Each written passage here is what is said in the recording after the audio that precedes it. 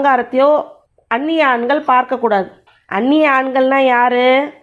எல்லாம் நம்ம நெருங்கிய சொந்தங்கள் தான். அவர்கள் முன்பே நம்ம ஹிஜாபை பேணி தான் இருக்கணும்.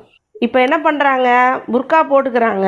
ஆனால் என்ன பண்ணுறாங்க, லிப்ஸ்டிக் போட்டு கண்மை போட்டு நல்லா சரியான மேக்கப் போட்டு வெளியே போகிறாங்க. அப்போ அவங்க அழகு வெளியே தெரிய தான் செய்யுது.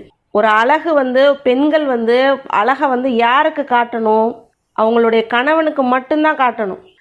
இந்த பெண்கள் என்ன செய்கிறாங்க, சில பெண்கள், எல்லா பெண்களையும் சொல்ல வரல, சில பெண்கள் ஹிஜாபு அப்படின்ட்டு ஒரு பேரில் ஹிஜாபை போட்டுக்கிட்டு ஆனால் ஃபுல் மேக்கப்பில் வெளியே போயிட்டு வர்றாங்க.